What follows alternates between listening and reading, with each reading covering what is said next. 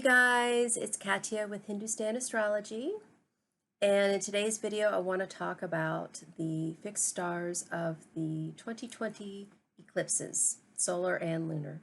Starting to see a pattern here, and I want to focus on the stars because it's something everyone can relate to. Of course, everyone can relate to the planets, right? But there's a certain special quality to the stars that have made their way into the folklore of many, many cultures across the planet. And I think that it's something we can all connect with. And so I feel like, I'm seeing a pattern and I wanted to share it with you guys, okay? So I have some notes I want to go over before we go over the meanings of the fixed stars of each eclipse. So, the nakshatras of the 2020 eclipses. The fixed stars Antares, Bellatrix, Caus Borealis, and Australis, and the Pleiades. So, the ethnology of star folklore allows anyone to connect with the stars as they are above us all, just as the planets are. Cultures divide and separate us, but the stars unite. In Jyotisha, all of the planets are male and all of the stars are female. The other nakshatras with the same planetary ruler will be affected. It's a trine aspect, which means the same element. Look at the opposite nakshatra to unlock hidden secrets of these events. The degree of the nakshatra will change the opposite nakshatra. So in other words, for the beginning part of Rohini, it's opposite Jyeshtha, but as it goes towards the end of Rohini, it's actually Anuradha that's opposite. So I want you to actually go outside and look up at the night sky. So many people don't do this, you guys, especially astrologers. We get stuck in our heads and we forget to actually go outside and look at the night sky. Observe the fixed stars. This is the sidereal zodiac, or the real star placement, as in what you're looking at on your Google Sky Map. Western astrology uses the tropical zodiac, which changes the real-time placement of the planets and stars to align them with the sun. And this is because tropical Western astrology had its origin in ancient Persia, and they were Zoroastrians, and so they worshiped the sun, so they were more interested in the solar alignment. And this is great for seasonal applications, actually, such as growing crops or doing yoga according to the season, but does not do good for transits. I have also found that the tropical zodiac is good for astrocartography. So it's, a very individual preference, obviously, which zodiac you use. This is just my experience. All astrology is from our perspective on Earth. If we lived on Mars, then we'd have a different astrology because the sky would look different from our perspective. The reason I believe the sidereal zodiac is more accurate is because of the observer effect in particle physics, which states that the mere observation of a phenomenon changes that phenomenon. A particle will change into what we expect it to be when we look at it. Quantum entanglement, or spooky action at a distance, as termed by Einstein, shows how the magnetic fields of two particles are entangled even after they have been separated. And this magnetic field is the means of communication between the two particles. So these are just some ideas that I want you to think about. Now, the two eclipses that we've already had, the first one was June 5th at 3:11 p.m. It was a full moon penumbral lunar eclipse at 21 degrees of Scorpio in Jyeshtha Nakshatra. Now, K2's in Sagittarius right now, and so having the full moon in Scorpio behind it didn't make it exact, so that's why it's penumbral. The star that goes with this lunar mansion is Antares, the warrior star. It means rival of Mars, and it's a military, political star giving a drive for power and honors, but with possible sudden loss. The planetary ruler of Jyeshtha is Mercury. The other Mercury nakshatras will be affected: Ashlesha in Cancer, Revati in Pisces. So if you have planets in your chart that are, poignant places in Ashlesha or Revati, then that means the June 5th lunar eclipse probably hit you hard as well, not just people in Jyeshtha. So the opposite star of the beginning of Rohini is Alcyon, or the Pleiades, and at the end of Jyeshtha, it's Anuradha. Rahu is in Mrigashira on that day, and Ketu was in Mula. So this was when the very sad, tragic death of George Floyd occurred. And I think it's very interesting that this kicked everything off. This is setting the pace for the other eclipses. And we saw, well, the thing about Jyeshtha is that it means the elders, or the elder sibling, actually. It's the eldest one. And so there's a certain entitlement to authority that the elders have, but that's because they, the eldest sibling has a lot of responsibility on their shoulders, and it's a very protective star. And so that's why this star is actually associated with the military and cops. So I feel like there's a lot of issues of, obviously it's a massive power struggle that was started with all of this, and it is completely encapsulated in the star Antares, okay? It's red, and when you look at it, it almost looks like Mars, and so that's why they call it that. So that kicked off the eclipse season. Then 2 weeks later, June 21st, at 2:39 a.m., we had the new moon annular ring of fire solar eclipse at 6 degrees of Gemini in Mrigashira. Bellatrix is on the left shoulder of Orion, and it means the female warrior. And this is the star that goes with Mrigashira. It's called the Star of Searching. It also gives military honors, and the planetary ruler is Mars. The other Mars nakshatras are Chitra, which spans Virgo and Libra. And by the way, Mrigashira spans Taurus and Gemini. So Chitra spans Virgo and Libra.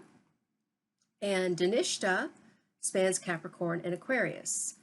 And there's been some debate on, which star actually the solar eclipse was next to, because if you're looking at the ecliptic, and you're looking at how Orion's shoulders, press up against the ecliptic, you see that Betelgeuse is actually much closer. And because it was at the beginning part of Mrigashira, or rather the end part, because it's going backwards, from our eyes, it appears that it's closer to Betelgeuse, but we have to remember that it's also the Shakti, or the movement, the internal power of the star, and as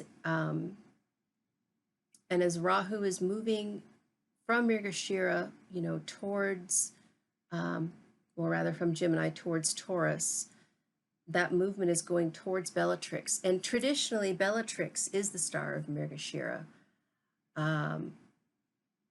And so also going back to that ecliptic, looking at Orion, we see that there's, the belt of Orion isn't even mentioned in the Vedas because it's not in the ecliptic. And then poor Sirius is all the way down here, and it's not mentioned either. But those stars are very important to Egypt. So I have a really hard time excluding the rest of the stars in the Orion constellation because they're so important to other cultures, and so that's why I'm going with Bellatrix. And here's the thing, you guys. I noticed so many women activists come out after George Floyd was attacked and murdered. I saw so many women come out. I mean, obviously, the men are going to, fight. That's, traditionally their role, right? But this particular nakshatra, I feel, was well. Let's face it. I mean, George Floyd was crying for his mother, and I think that was like a deer whistle. Well, and it's Mrigashira is the deer, the head of the deer, and it was like a deer whistle went off, and all the women went, oh my God, that could be my son. That could be my brother, that could be my husband. And the women are coming out and speaking up against racism and against, so many injustices. Okay. And I feel like, yeah, it's the women this year, you guys. It really is. The opposite star of, so the opposite star of Mrigashira at the beginning is Mula, and that's the galactic center. And then this is the sheet that I use, you guys, to look at what's the opposite star. Now, I'm going to put this link in the comments below so you can find it. But what I do is I take another sheet and I say, okay, Mrigashira, where's Mrigashira? It's down here. And so if you line up a sheet, you can see exactly what's opposite. Mula, Mula, Mula, and then it changes to Jyeshtha as the opposite nakshatra towards the end. So this is a really good sheet to use to understand how these points work in tandem. And still, Rahu's still in Mrigashira, Ketu still in Mula at this time when this happened. So Bellatrix is really coming forward as being a star player this year. Now, so those two have already happened. So that's set the stage. We know what's going on, right? We know that there's riots and it's a civil war and people are just fighting. Okay, so those two stars, Antares and Bellatrix, are setting the stage. Oh, and one thing else I wanted to say about Betelgeuse. He was involved in the eclipse for sure because he's the right shoulder. And if you notice, that's how George Floyd was held down, was on his right shoulder. But also, the right shoulder, Betelgeuse, which is Ardra Nakshatra, actually, is prominent in George Floyd's chart. I think he has Saturn and Ketu in Ardra, I believe. So this was his destiny. He was fulfilling his destiny by being the symbol for change. Now, what do we have coming up? July 5th, we have another lunar eclipse, 12:43 a.m. It's a full moon, always, penumbral lunar eclipse at 19 degrees of Sagittarius in Purva Ashada. Caus Borealis and Caus Australis are the two stars that belong to this nakshatra, and it's the archer's bow of Sagittarius. It's called the invincible star. It gives, and also means declaration of war. It gives leadership with altruistic qualities and a strong sense of justice. Planetary ruler is Venus, and the other Venus nakshatras are Purva Falguni in Leo and Bharani in Aries. So we have Sagittarius, Leo, Aries, all fire signs trying each other, right?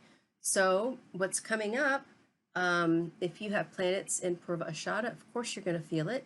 But also if you have planets in Purva Falguni or Bharani, you're going to feel it. The opposite star at the beginning is Punarvasu, which is Castor and Pollux, the twins of Gemini, right? And then according to our sheet, so if we look at Sagittarius, Purva Ashada, so the beginning part opposite is Punarvasu, but as we go towards the end, it's actually Pushya. So make sure you look at the sheet before you assume things. So what I see coming up is justice, strong sense of justice. I think this is, there's going to be a declaration of war. I mean, we already are seeing, oh gosh, rioting and people taking down statues, right? And that's because Pluto and Jupiter and Saturn are all in Earth signs in Capricorn at this time. Tomorrow, which is the 28th, Pluto's going back into Sag, and then on the 30th, Jupiter will be going back into Sagittarius. And last summer, when Jupiter just entered Sagittarius, the Cathedral of Notre Dame burned down. So I feel like what's going to happen with these riots is that they're going to turn to torching things. It's going to be going from earth element, right, taking down statues, to lighting things on fire. And I know they did that in Minneapolis, and probably some other places. I haven't been watching the news as much lately because it's too depressing. But we're going to see an increase in fire as a declaration of war. And what concerns me now that Pluto is in Sag is nuclear war. Obviously, the rioters don't have nuclear bombs, but other countries do. So I'm concerned about this upcoming lunar eclipse. Now, the solar eclipses are always, the main event, and the lunar eclipses encapsulate it and kind of expand the theme. And so the way the eclipses work is that it holds for 6 months, okay? So the next eclipse we have, so the energy from this past solar eclipse is going to go all the way up until November. And then November 30th at 4:27 a.m., we have a full moon penumbral lunar eclipse at 14 degrees of Taurus in Rohini Nakshatra. On November 30th at 4:27 a.m., we have another full moon penumbral lunar eclipse at 14 degrees of Taurus, Rohini Nakshatra. This is the star Aldebaran, the red one. This star indicates intelligence, eloquence, and public honors, but there can be sickness and violence. So I'm afraid that the pandemic will be in full swing again at that time, and it will cause unrest as businesses will be closed. The planetary ruler is the moon, and the other moon nakshatras are Shravana in Capricorn and Hasta in Virgo. Just going to set the stage for the solar eclipse, which is going to happen on December 14th at 11:15 a.m. It's a new moon total solar eclipse. So the one we just had, which was the Ring of Fire, that means that the moon was, just leaving a ring around, and so you can see that red ring around it. This time it's going to be total, so it's going to be totally blacked out. And it's going to be back at back in Jyeshtha, but it's going to be at 28 degrees. And so this also makes it Gandanta, or Gandanta means the end of a knot. It's a very well-placed knot at the end of a rope that you must unravel before you go on to the next cycle. And the feeling of it is that you're drowning. And so I feel like,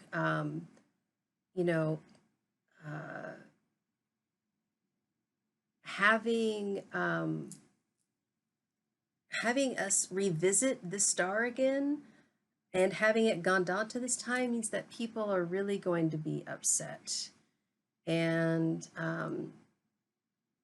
but the opposite nakshatra from this point is actually Mrigashira, which is we're back to Bellatrix again. So you know, Rahu will be in Mrigashira at this time, and Ketu will be in Jyeshtha. So all of the energy that started with, the lunar eclipse that set off this whole cycle is going to culminate in this total solar eclipse of December 14th. I just hope that, I just keep praying for peace. So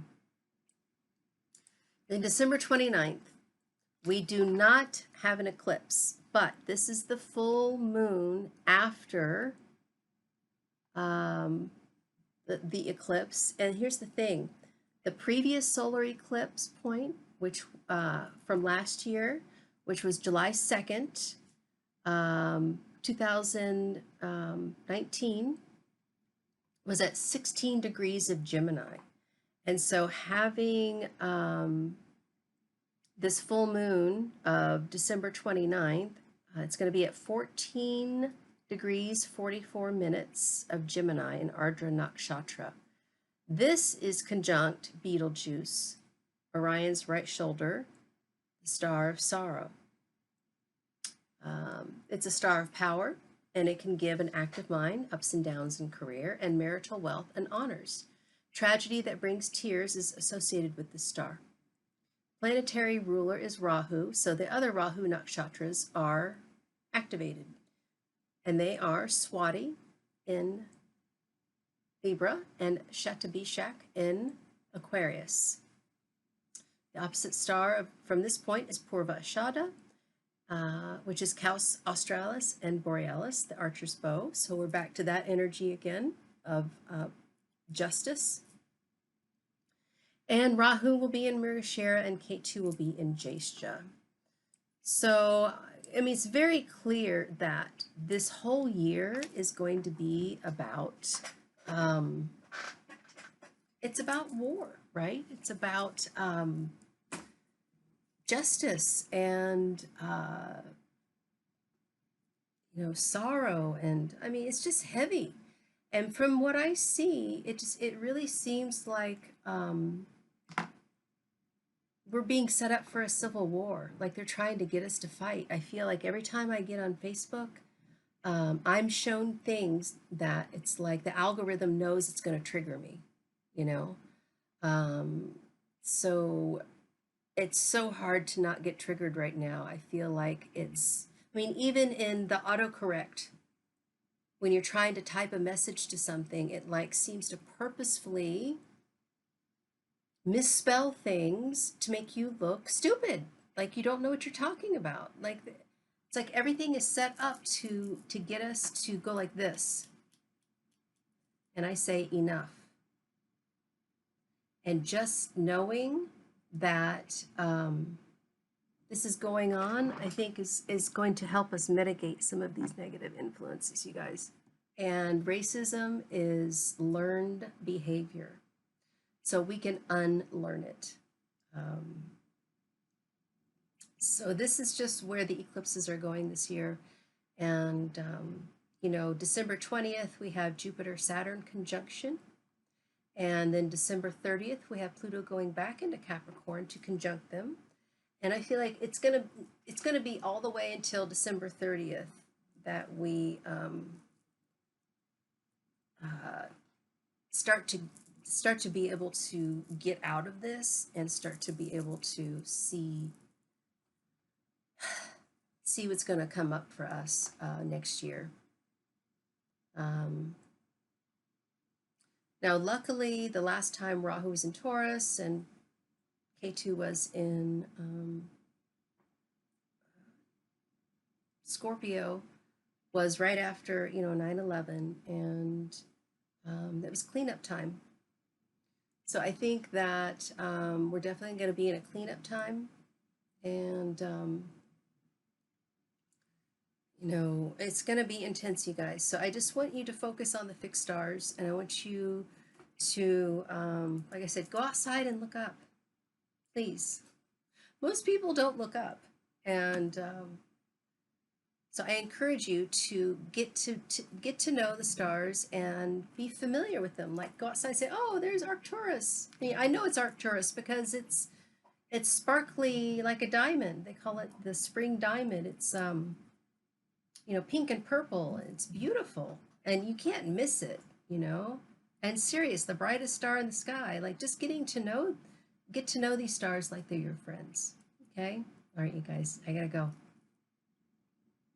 Love you. Namaste.